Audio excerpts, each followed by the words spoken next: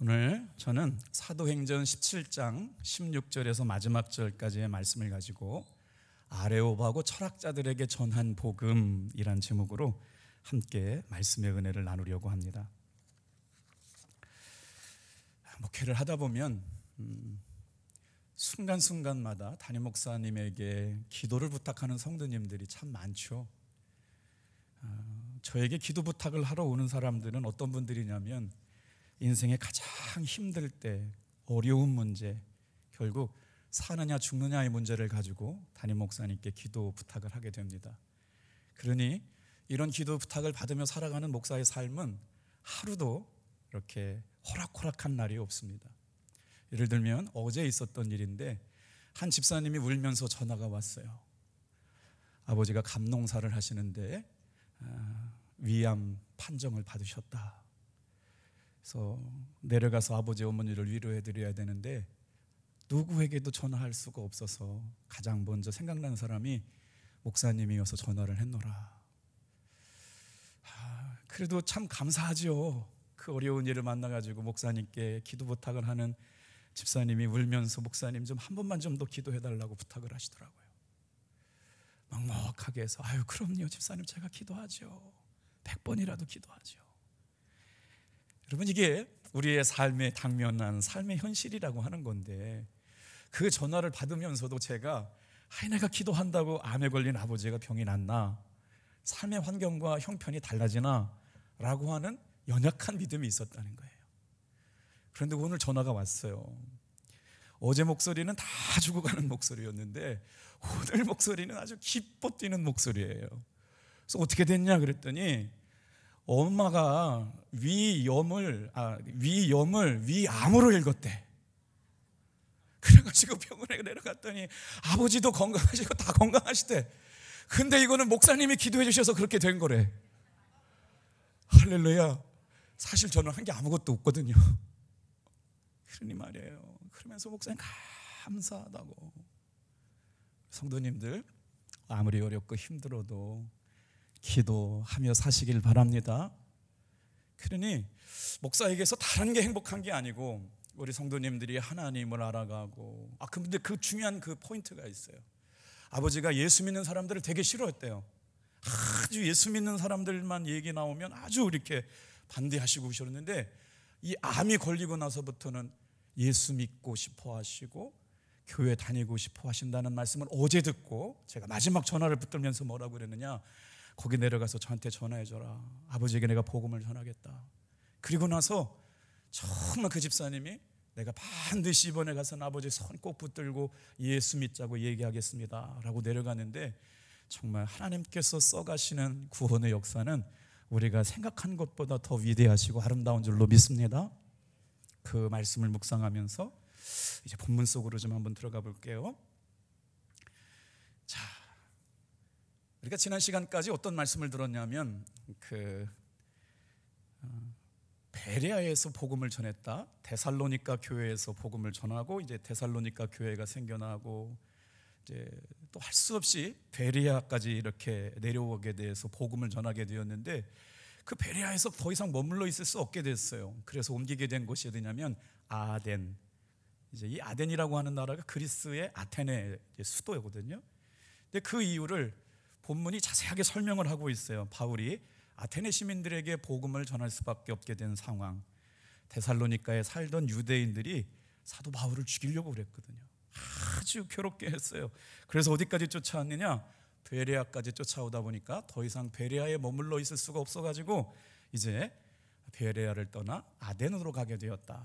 13절, 14절, 15절 우리 같이 한번 본문 말씀 속으로 들어가 볼게요. 같이 읽어요. 시작. 데살로니가에 있는 유대인들은 바울이 하나님의 말씀을 베레아에서도 전하는 줄을 알고 거기도 가서 무리를 움직여 소동하게 하거늘 형제들이 곧 바울을 내보내어 바다까지 가게 하되 실라와 디모데는 아직 거기 머물더라. 바울을 인도하는 사람들이 그를 데리고 아덴까지 이르러 그에게 실라와 디모데를 자기에게로 속히 오게 하라는 명령을 받고 떠나니라. 저는 말씀을 읽다가 이런 단어들이 나오면 참 궁금해요. 사도를 인도해 줄 사람이 있었구나. 사도 바울은 목회 혼자 하지 않았네. 사도 바울을 이끌어서 피할 길을 예비해 주며 고난의 길을 통참해 줄 수 있는 믿음의 동역자들이 있었네. 행복했겠다. 좋았겠네. 외롭지 않았겠다.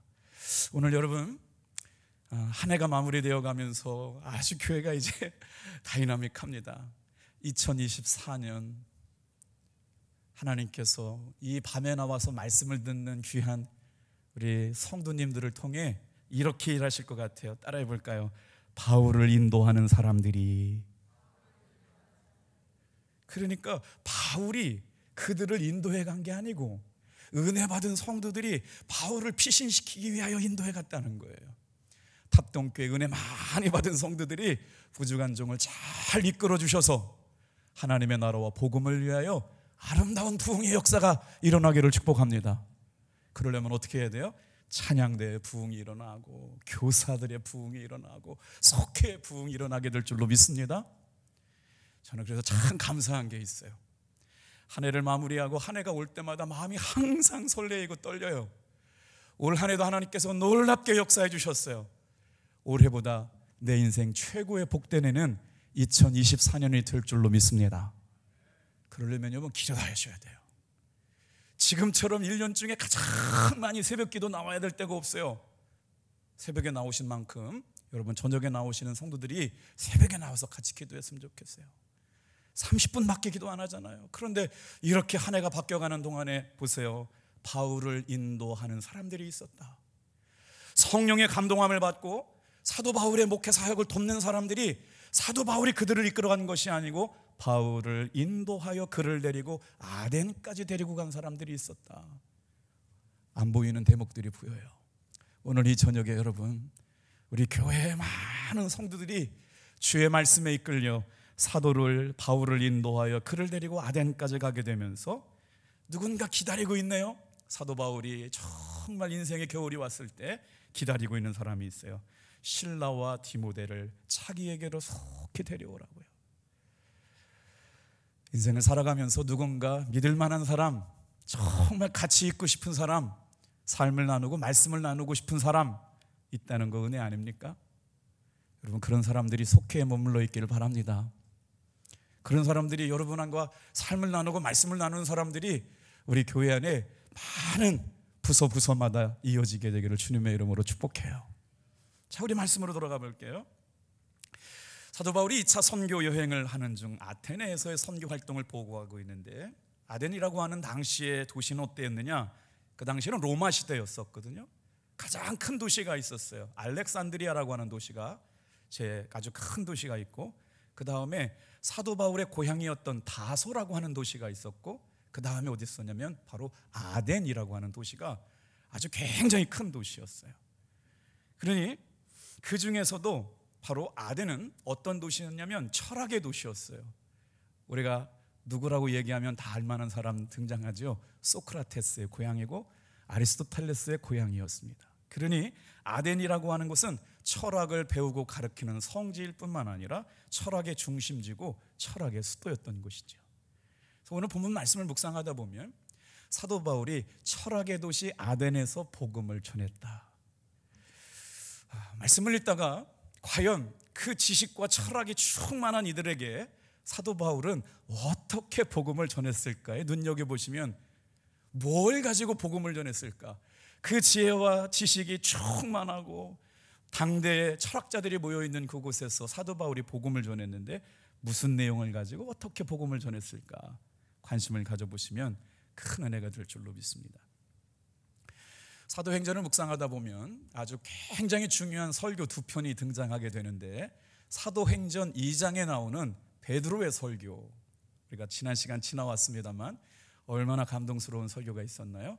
그리고 사도행전을 이렇게 묵상하는 성도들 가운데 잊지 말아야 할 설교가 바로 사도행전 17장 말씀에 사도 바울의 아레오바고 설교입니다. 그러니까 오늘 17장 후반절에 등장하는 이 설교 부분은 아레오바고라고 하는 언덕 위에서 행했던 사도 바울의 설교였는데, 듣는 사람들이 누구였느냐? 아덴 시민들, 아테네에 살고 있는 사람들. 제가 말씀을 준비하다가 사도행전에 베드로의 설교와 쌍벽을 이루는 사도행전 17장 사도 바울의 설교가 있는데 다 잊어버렸지만 생각나시게 몇 줄짜리 설명드려 볼게요. 자, 사도행전의 대설교자였던 베드로의 설교가 이것이었습니다. 누구든지 주의 이름을 부르는 자는 구원을 받으리라. 오순절 성령의 충만함을 받고 모였던 사람들을 향하여 베드로가 설교할 때 누구든지 예수의 이름을 부르는 자는 구원을 받으리라고 설교했고, 그러면서 뭐라고 말씀하세요? 내가 모든 육체에 내 영을 부어주리라고 말씀하셨던, 여러분, 그 복음의 놀라운 역사가 그 설교 말씀을 듣는 사람들을 머리 위에 떨어져서 초대교회가 생겨났다. 이 초대교회야말로 설명할 수 없는 복음의 열정과 성령의 불이 각 사람 심령 위에 떨어졌던 위대한 베드로 사도의 설교를 듣고 복음이 전 세계적으로 퍼져나가는 계기가 되었던 사도 베드로의 설교 말이에요. 자, 그 다음에 2장 28절에 보니까 주께서 내게 생명의 길을 보이셨느니, 32절 말씀에 보니까 이 일이 다 우리가 증인이 되었다라고 했던 사도 베드로의 열정적인 설교가 사도행전 2장에 있고요. 오늘 17장 말씀을 가게 되는데, 자 보세요. 이제 바울이 베레아에서 아테네로 와가지고 보게 되었는데, 도착해서 보니까 가장 어떤 모습을 보게 되었느냐, 우리 16절 말씀 같이 한번 읽어볼게요. 아덴이라고 하는 도시에 와서 사도 바울이 보고 느낀 걸 설명합니다. 바울이 아덴에서 그들을 기다리다가 그 성에 우상이 가득한 것을 보고 마음에 격분하여. 자, 사진 한 장 보여드릴게요. 여러분을 성지순례로 인도해드리겠습니다. 자, 저 신전이 지금 어디에 있느냐? 아덴에 서 있는데 이제 무너진 잔재만 남아 있어서 그런데 저게 페르테논이라고 하는 신전이에요. 저 신전에 사도 바울이 저게 이제 실물이었을 때 저 페르테논 신전 안에 우상이 몇 개가 있었느냐, 역사학자들이 물어보니까 3만 개의 우상이 있었다는 거예요. 지금 이게 무너진 것만 남아 있는 이제 페르테논 신전인데, 그 옆에 이제 조금 내려다 보면 아레오바고 언덕에 나오게 되는데, 제가 이렇게 설명만 가지고는 참 어렵겠지만 한번 인터넷 검색해 보세요. 페르테논 신전 아래쯤이나 이렇게 그 언덕쯤에 저런 아레오바고라고 하는 언덕에서 사도 바울이 설교를 했다.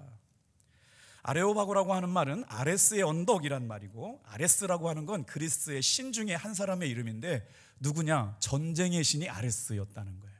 그러니까 페르테논 신전의 아레오바고 저 신전 안에는 전쟁의 신을 향하여 우상의 제단을 쌓던 곳이 있었던 곳, 거기서 사도 바울이 복음을 전했다. 그런데 12명으로 구성된 재판관들이 사실은 그곳에서 재판을 했다는 것이에요. 그래서 아레오바고의 법정이라고도 하고 아레오바고의 언덕이라고 하는데, 그곳에서 이제 시간이 가면서 뭘 했느냐, 철학자들이 모여가지고 철학을 논하고 사상을 논하는 공개 공연장, 토론장, 철학을 강의하고 논의하는 장이 되었다는 거죠. 자, 그런 장소에서 사도 바울이 갔는데 뭐만 보이더냐? 세상에 그 신전들과 우상들밖에 보이지 않는 모습에 사도 바울의 마음이 아주 격분했다는 거예요. 견디지 못하겠다는 거죠. 자, 그때 그 파르테논 신전 안에 있는 신들의 이름들이 뭐였냐면 아볼로, 주피터, 비너스, 머큐리, 바커스, 넵툰, 다이아나, 그러니까 그런 신들과 신상들을 저 파르테논 신전에다 모아놓고 다 그렇게 우상 숭배하고 제사하고 있던 곳에서 아레오바고 언덕에서 지금 사도 바울이 복음을 전하고 있는 광경입니다. 헬라의 찬란한 건축 양식과 아주 지혜와 철학이 충만했던 그 도시 가운데 사도 바울의 눈에 붙인 것은 도시에 세워져 있는 우상이 눈에 들어왔다. 세상에 아덴 사람의 숫자보다 우상의 숫자가 더 많았다는 거 아닙니까? 파르테논 신전만 해도 그렇게 3만 개 이상의 우상이 있는 그 자리에서 그곳에 도착하자마자 사도 바울은 복음을 전하기 시작합니다. 17절 18절 말씀 같이 한번 읽어볼게요. 시작. 회당에서는 유대인과 경건한 사람들과 또 장터에서는 날마다 만나는 사람들과 변론하니, 어떤 에피쿠루스와 스토아 철학자들도 바울과 쟁론할세. 어떤 사람은 이르되 이 말쟁이가 무슨 말을 하고자 하느냐 하고, 어떤 사람은 이르되 이방 신들을 전하는 사람인가 보다 하니 이는 바울이 예수와 부활을 전하기 때문이니라. 세상의 당대 가장 뛰어난 지혜를 가지고 있던 사람들이 철학을 논하고 인생을 논하고 행복을 논하고 있을 때 사도 바울이 그곳에서 예수 그리스도의 이름을 전하고 예수 그리스도가 부활하셨다라고 전하고 부활하신 예수가 우리의 주님이다라고 하는 이야기를 전하고 있을 때 그 똑똑한 철학자들이 보인 반응이 어땠을까요? 자, 먼저 우리가 이제 중고등학교 시절에 들었던 아주 반가운 이름 두 개가 등장합니다. 에피쿠르스 학파, 스토아 학파, 다들 들어보셨죠? 잠깐 설명해 볼게요. 그 당시에 아테네는 두 부류의 철학자들이 존재했는데 굉장히 큰 주류를 형성하고 있어서 학파를 이룰 만큼 수없이 많은 사람들이 따르고 있었다는 거예요.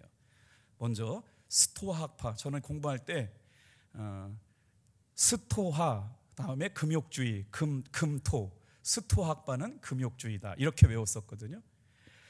자, 인생이라고 하는 건 참 어렵다. 어떻게 살아갈 것이냐? 그래서 인생은 강력한 자기 절제와 훈련을 통해 가지고만 행복해질 수 있다. 이게 바로 어떤 학파의 주장이냐면 바로 금욕주의를 주장했던 스토아 학파의 주장이었어요. 그래서 이 사람들은 자신을 통제하고 강한 훈련을 통해서만 참된 만족과 기쁨과 구원을 얻을 수 있기 때문에 끊임없이 자기 욕망을 절제하고 금욕을 통하여 구원에 이를 수 있다고 강조했던 학파가 바로 스토아 학파였다는 것이에요. 이 사람들이 조장했던 신은 뭐냐면 무릎범자를 써가지고 모든 게 다 신이라고 이야기했어요. 그래서 자신의 삶을 결정하는 것들은 신이기 때문에 운명론적인 가치관에 의해서 살아가는 사람들이었다는 거예요. 자, 그에 반해 에피쿠르스 학파는 뭐냐면 아주 극단적이에요. 어떻게 보면 금욕주의를 추구했던 스토아 학파하고 정말 반대인데요. 자, 에피쿠르스는요, 삶이라고 하는 건 다른 게 없다. 쾌락만이 진짜다. 그래서 자기 만족과 자기 유익을 위해서 쾌락을 쫓아 살자. 이것만이 인생의 진짜 남는 거다. 이렇게 얘기한 거예요. 먹고 마시고 즐기자. 이것이 바로 좋은 삶이다. 이들에게는 하나님은 없습니다. 결국 나만 있고 쾌락만 있고 유익만 있는 것이죠. 그러니 어떻게 보면 금욕주의적인 삶하고 아주 쾌락주의적인 삶이 아테네에 공존하고 있었을 때 사도 바울은 가서 예수의 복음 그리고 예수의 부활, 예수님의 이름의 능력을 전하고 있는데 세상 사람들이 받아들였을까요? 여기에 오늘 우리가 사도 바울이 아테네에서 전한 복음, 철학자들에게 전한 복음이 어떻게 역사했을까? 어떤 복음으로 그 철학자들에게 복음을 전했을까를 살펴보려고 합니다. 자, 그런데 성경학자들은 어떻게 얘기하냐면요, 에피쿠르스 학파든 스토아 학파가 전했던 그 복음, 그 철학자들이 존재하고 있음에도 불구하고 아테네에 살고 있던 사람들은 행복하지 않았다는 거예요. 그 이야기가 오늘 본문에 나오거든요. 그들이 그렇게 철학적인 삶을 살고 행복을 추구했음에도 불구하고 그 철학자들이 제시하는 삶의 방법이 아테네 시민들을 만족하지 못하게 만들었다는 거예요. 자, 먼저 21절 먼저 한번 읽어볼게요. 21절, 17장 21절. 자, 시작. 모든 아덴 사람과 거기서 나그네 된 외교분들이 가장 새로운 것을 말하고 듣는 것 이외에는 달리 시간을 쓰지 않음이었더라. 자, 거기에 두 철학파가 있었어요. 자, 에피쿠르스 학파가 있었고 스토아 학파가 있었는데 그 사람들이 전했던 철학의 사조에 관심을 갖는 것 같았지만 그걸로 만족하지 못해서 어떻게 했다고요? 진짜로 나그네 된 사람이나 외국인이 가장 새로운 것을 말하는 것에 관심을 가졌다는 거예요. 듣는 것 이외에는 다른 것을 시간을 보내지 않을 만큼 새로운 것, 뭐예요? 재밌는 것, 자극적인 것, 나에게 도움이 되는 것, 날마다 가장 새로운 것을 말하는 것에 관심이 있었고 그것을 듣는 것에 시간을 보내고 있었던 사람들이었기에 이렇게 얘기하고 있는 거죠. 그런 중에 사도 바울이 아테네 사람들을 바라보면서 아주 놀란 일이 있습니다. 그 말씀이 23절에 나오거든요. 여러분도 한번 밑줄 쳐보세요. 사도 바울이 우상밖에 보이지 않는 도시에서 무엇을 보고 놀랐을까요? 23절 같이 한번 읽어보겠습니다. 시작. 내가 두루 다니며 너희가 위하는 것들을 보다가 알지 못하는 신에게라고 새긴 단도 보았으니 그런즉 너희가 알지 못하고 위하는 그것을 내가 너희에게 알게 하리라. 여러분, 알지 못하는 신에게 우상처럼 섬기고 절하고 신격과 인격을 부여하는 아덴 사람들에게 사도 바울이 전한 복음 좀 보세요. 너희들은 알지 못하는 것을 전하지만 내가 그것이 무엇을 알지 못하는지 너희들에게 알게 하리라. 하나님의 은혜와 사랑이 충만하지 않으면 이런 말씀할 수 없었죠. 저와 여러분들이 예수님이 오시는 강림절, 성탄절을 맞이하면서 나는 이것 때문에 예수를 믿습니다, 누가 뭐라고 그래도 예수님은 내 안에 계시고 하나님은 살아계십니다, 고백할 수 있는 우리 사랑하는 성도님들 다 되시기를 축복합니다. 자, 그렇다면 아덴에 살고 있는 사람들은 3만 개의 우상이 있음에도 불구하고 왜 이름도 알지 못하는 신에게 절했을까요? 여러분 한번 생각해 보세요. 성경 말씀 읽다가 알고 넘어가야 되잖아요. 아테네 사람들은 철학도 발전하고 문학도 발전하고 아주 그냥 인문주의적인 모든 것들이 발생하고 행복했는데도 불구하고 그들은 알지 못하는 신에게까지 절하고 제사했을까요? 성경학자들은 이 본문을 이렇게 해석해요. 만약에 알지 못하는 신이 화를 내가지고 자기들에게 해를 끼칠까 봐, 그래서 알지 못하는 신에게 절하고 우상 숭배했던 것은 그만큼 아테네에 살고 있었던 사람들의 심리가 불안했다. 다 알 것 같은데 말이에요.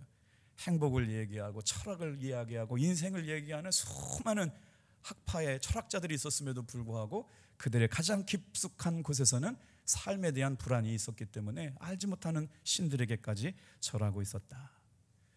자, 이제 저는 목사여서 그런지 모르겠지만 철학자들에게 전도한다는 게 보통 어려운 게 아니에요. 그래서 사도 바울은 이 철학자들에게 어떻게 복음을 전했을까? 이 사도 바울이 아테네에서 전한 복음의 내용이 무엇인지를 한번 살펴볼게요. 첫 번째, 이제 5개를 살필 텐데 한번 다 같이 한번 따라해 볼까요? 창조주이신 하나님, God the Creator라고 표현해요. 하나님은 창조주이십니다라고 사도 바울이 아테네에서 설교했거든요. 두 번째, 하나님은 어떤 하나님이냐? 사람과 역사의 통치자이시다. 그래서 God the Ordinator, 하나님은 모든 역사를 주관하시는 그리고 통치하시는 하나님이다. 그 세 번째가 바로 뭐냐면, 두 번째가 생명을 유지하고 보존하시는 분이다. God the Sustain이라고 그러는데, Sustain이라는 말이 뭐냐면 유지하시는 하나님인데, 생명을 보존하시고 유지하시는 하나님. 지금 이 사도 바울이 전한 하나님에 대한 이야기가 제가 만들어낸 얘기가 아니고 어디서 가져온 얘기가 아니고 성경에 있는 얘기예요. 이제 구절로 들어가기 전에 설명해 드려 볼게요. 그리고 하나님은 어떤 하나님이냐? 모든 인류의 아버지 되시는 하나님이시다. God the Father예요. 하나님은 아버지시다. 그 다음에 정말 중요한 복음을 전하고 있어요. 하나님은 어떤 분이시냐? 심판주가 되시는 하나님이다. 이게 아테네 사람들에게 전한 사도 바울의 복음의 핵심입니다. 한번 장절로 들어가 볼게요. 첫 번째, 온 우주와 만물을 창조하신 창조주 하나님을 사도 바울이 어떻게 고백하고 있느냐? 하나님은 전지전능하시고 무소부재하신 분이다. 전능하신 하나님은 뭐예요? 능력이 많으신 하나님이라고 하는데, 그 하나님은 한 곳에 머물러 있는 것이 아니라 모든 곳에서 역사하시는 것이죠. 오늘 이 시간에도 이 말씀을 들을 때 전능하신 하나님, 무소부재하신 하나님을 만나기를 소망합니다. 여러분이 한번 24절 같이 한번 읽어보겠어요. 시작. 우주와 그 가운데 있는 만물을 지으신 하나님께서는 천지의 주제이시니 손으로 지은 전에 계시지 아니하시고. 사도 바울은요, 지금 우리 신학교에서 오시면요, 조직신학 교수님이세요. 신학교 안에는 성서신학이 있거든요. 구약신학 박사님이 계시고 교수님이 계시고 성서신학자가 있고, 이렇게 실천신학 같은 신학은 뭐냐면 우리의 삶을 통해서 어떻게 복음을 전할까, 이제 실천신학자가 있는데, 사도 바울은 교리학 박사님이신 것 같아요. 교리학 교수님인 거예요. 그걸 뭐라고 그러면 조직신학이라고 그러거든요.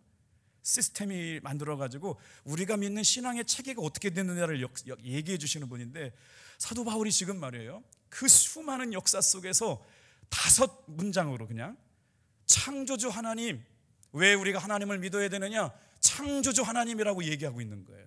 놀랍지 않아요? 보세요. 우주와 그 가운데 있는 만물을 지으신 하나님께서는 천지의 주제이시니 손으로 지은 전에 계시지 아니하리라. 파르테논 신전, 인간들이 만든 신전에 계시지 않아요. 인간이 만들어 오는 신전에 하나님이 계시다, 여기 계시다라고 말하는 순간 하나님은 거기에 갇혀 계시는 분이 아니라 그 건물을 초월해 계시는 분이고 넘어서 계시는 분이에요. 사랑하는 성도 여러분, 우리의 심령 안에 날마다 성령님과 동행하시지만, 내주에 하시는 하나님이 계시지만 내 안에만 계시지 아니하고 나를 초월해서 계시는 만유의 하나님, 그 창조주 하나님, 전능하신 하나님을 오늘 이 시간에도 똑바로 믿고 의지하시길 주님의 이름으로 축복합니다. 사도 바울이 아테네 사람들에게 전한 첫 번째 하나님은 어떤 분이냐? 창조주 하나님이셨어요. 자, 두 번째 하나님은 뭐예요? 생명을 유지해 주시고 생명을 보존하시는 하나님, God the Sustain이라고요. 같이 읽어봐요. 이제 25절 같이 읽겠습니다. 시작. 또 무엇이 부족한 것처럼 사람의 손으로 섬김을 받으시는 것이 아니니 이는 만민에게 생명과 호흡과 만물을 친히 주시는 이심이라. 하나님이 마치 돈이 없거나 힘이 없거나가 부족해가지고 인간들에게 뭔가를 공급받아야 뭔가 할 수 있는 분이 아니라는 거예요. 온 우주 만물을 창조하신 하나님께서 인류를 유지해 가세요. 한 사람을 창조하시고 생명을 유지해 가세요. 탑동교회를 창조해 가시고 유지하시며 지키시고 보호하시는 분이시에요. 우리의 가정, 여러분의 인생, 내 생명을 유지해 가시고 지금도 보존하게 하시는 분, 이분이 바로 우리가 믿는 하나님인 줄로 믿습니다. 창조주 하나님, 그 하나님이 생명을 유지하고 보존하시는 하나님이라고 철학자들에게 설교하고 있어요. 말씀 전하고 있어요. 자, 세 번째, 사람의 역사와 사람과 역사를 통치하시는 하나님이시래요. 26절 20절 같이 읽어볼게요. 아주 귀한 말씀이 나오거든요. 시작. 인류의 모든 족속을 한 형통으로 만드사 온 땅에 살게 하시고 그들의 연대를 정하시며 거주의 경계를 한정하셨으니 이는 사람으로 혹 하나님을 더듬어 찾아 발견하게 하려 하심이로되 그는 우리 각 사람에게 멀리 계시지 아니하도다. 성경 말씀 읽으시면서 어떤 단어가 은혜됐어요? 보세요. 저는 이 말씀이 은혜로워요. 이는 사람으로 혹 하나님을 더듬어 찾아 발견하게 하려 하심이로되. 하나님 보이지 않잖아요. 그런데 아까 말씀드렸던 것처럼 우리 집사님이 그렇게 눈물로 기도하면서 이 아픈 소식을 목사님께 기도하고 성도님께 기도 부탁드려주세요. 그 말씀을 붙잡고 밤새 새벽에 와서 기도했는데 하나님은 정말 뜻밖의 상상할 수 없는 일들로 바꿔놓으셨어요. 위엄을 위암으로 바꾸시는 하나님 말이에요. 이건 누가 소설로 쓸 수도 없는 이야기를 오늘 알게 하셨어요. 근데 그분은 진짜 믿었더라고요.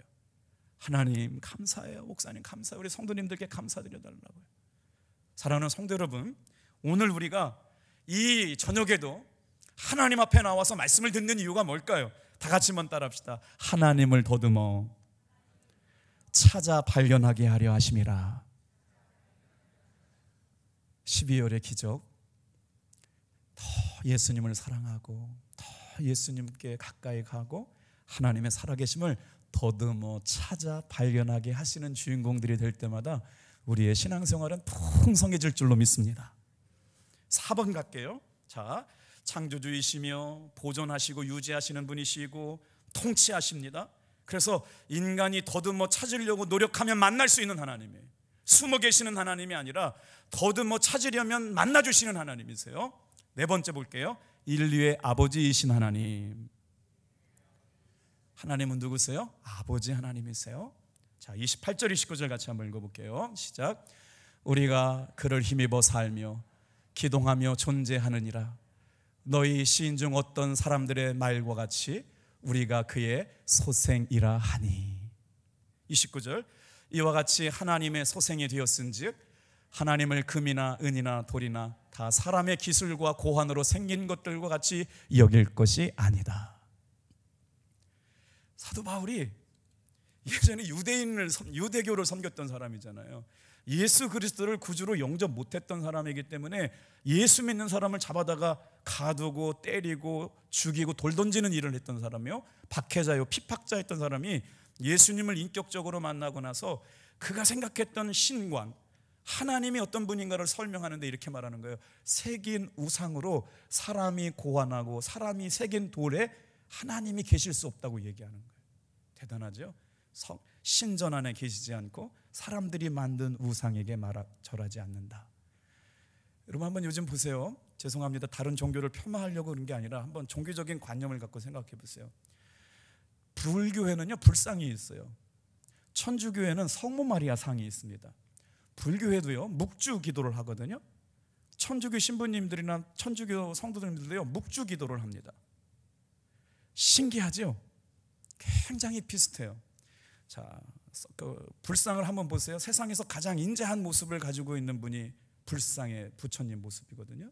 성모 마리아는 어때요? 가장 순결하고 아름답고 거룩하고 죄가 없으시고 모든 어머니들의 어머니 상이잖아요. 근데 지금 그렇게 따지면 거기다 신성을 부여하고 인격을 부여하고 거기서 막 기도한다고 그럴 때 이 말씀에 걸리는 거죠. 절대로 우리가 보이는 조각이라든가 어떤 새긴 우상을 가지고 거기에 신격을 부여하면 그건 우상 숭배가 될 수 있다는 거예요. 그래서 하나님의 소생이 되었다. 우리가 그를 힘입어 살며 존재한다. 하나님이 금이나 은이나 돌에나 사람의 기술과 고안으로 새긴 것들로 하나님이라 여기지 말아라. 지금 사도 바울이 아테네 사람들에게 얘기하는 거예요. 어떤 하나님이요? 소생이래요. 우리 보고 하나님의 자녀가 된 사람들인 줄로 믿습니다. 하나님을 아버지라고 부를 수가 있게 됐다는 거죠. 자, 그러면서 중요한 결론을 내려요. 사도 바울이 아테네 사람들에게 전도했던 복음의 마지막 결론이 몇 절이냐? 30절 31절이에요 같이 한번 이 말씀 크게 읽어볼게요. 시작.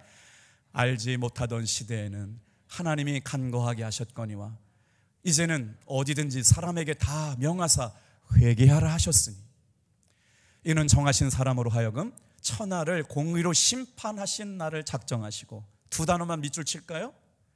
회개하라 하시고 공의로 심판 날을 작정하셨다.